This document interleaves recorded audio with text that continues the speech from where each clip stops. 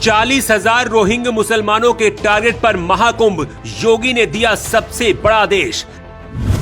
योगी के आदेश के बाद दौड़ने लगे बुलडोजर, 46 साल पुरानी फाइल योगी ने फिर खोल दी। महाकुंभ से चलेगी योगी सरकार, कैबिनेट की बैठक भी होगी, जानिए क्या है पूरा प्लान।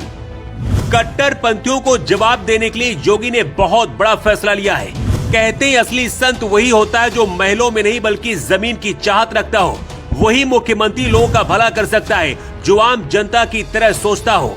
इस वक्त भारत में घुसपैठ कर चुके लगभग 40,000 रोहिंग्या मुसलमानों की नजर महाकुंभ पर है। खालिस्तानी और पाकिस्तानी आतंकियों से धमकी मिलने के बाद योगी ने ऐसा फैसला लिया है, जिसके बारे में जानकर अखिलेश यादव और मायावती भी योगी की तारीफ करने से खुद को नहीं रोक पाएंगे, क्योंकि योगी आदित्यनाथ अब महाकुंभ से ही अपनी सरकार चलाने जा रहे हैं और इसके लिए ये विशाल पंडाल तैयार हो रहे हैं, जहां योगी सरकार के मंत्री ठहर सकेंगे और खुद योगी भी यहां कभी भी मीटिंग ले सकेंगे। संगम से करीब 300 मीटर सेक्टर 15 में जर्मन हैंगर तकनीकी से ये 4 पंडाल तैयार किए जा रहे हैं, जिन पर बारिश और तूफान का असर भी नहीं होगा। इसकी जरूरत क्यों पड़ी, इसकी वजह भी आपको जान लेनी चाहिए।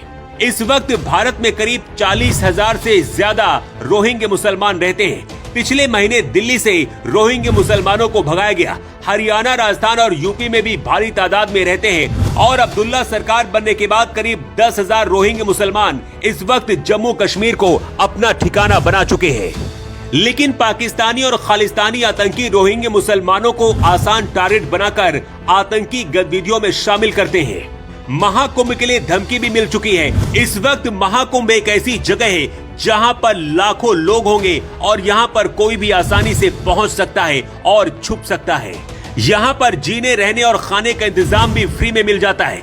लेकिन डर इस बात का है कि रोहिंग्यों को टारगेट करके किसी बड़ी साजिश को अंजाम न दिया जाए। यही वजह कि योगी आदित्यनाथ खुद महाकुंभ का जायजा ले रहे हैं। ये तस्वीरें देखिए जहां खुद योगी आदित्यनाथ संगम के कोने कोने पर नजर रख रहे हैं। इसके साथ ही हेलीकॉप्टर और ड्रोन से भी नजर रखी जा रही है। इतना ही नहीं, महाकुंभ में बने इन जर्मन हैंगर स्टाइल के पंडालों में खुद योगी रहेंगे और सरकार यहां से चलाएंगे।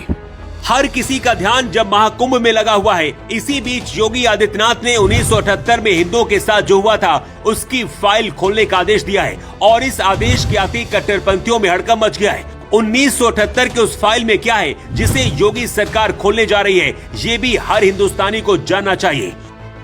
1978 का दंगा 19 मार्च को हुआ था। इस दंगे में पूरा संभल शहर जल उठा था। हालातों को संभालने के लिए कर्फ्यू लगाना पड़ा था। उस दौरान हिंदुओं पर ऐसा अत्याचार हुआ था जिसके बाद हिंदुओं ने संभल को छोड़ दिया था। इस दंगे में 184 लोगों के मारे जाने की रिपोर्ट मिलती है। कुछ दिन पहले योगी ने कहा था कि इसकी जांच हम कराएंगे। 1 हफ्ते के अंदर जांच रिपोर्ट योगी की टेबल पर पहुंचेगी। इस रिपोर्ट के आधार पर इस संभल में आगे क्या किया जाएगा और योगी क्या करेंगे ये तय होगा। इसके साथ ही जिन जगहों पर जबरन कब्जा किया गया था उन्हें फिर से हिंदुओं को वापस लौटाया जाएगा। इस वक्त योगी आतंकियों की हिट लिस्ट में है, क्योंकि सिर्फ देश ही नहीं बल्कि पूरी दुनिया के कट्टरपंथी अब योगी को टारगेट कर रहे हैं, क्योंकि कट्टरपंथियों को पता है कि योगी यूपी में रहकर ऐसा कर सकते हैं तो देश के प्रधानमंत्री बनकर क्या करेंगे। संभल से लेकर प्रयागराज तक किले की तरह सुरक्षा को तैयार किया गया है और नजर रोहिंग्या मुसलमानों पर सबसे ज्यादा है, क्योंकि इन्हें आसानी से टारगेट करके महाकुंभ में कोई बड़ी साजिश रची जा सकती है। 1978 में हिंदुओं के साथ जो हुआ, इंसाफ दिलाने के लिए योगी ने फाइल फिर से खोलकर क्या सही किया है? आपकी राय क्या है? कमेंट करके जरूर बताएं।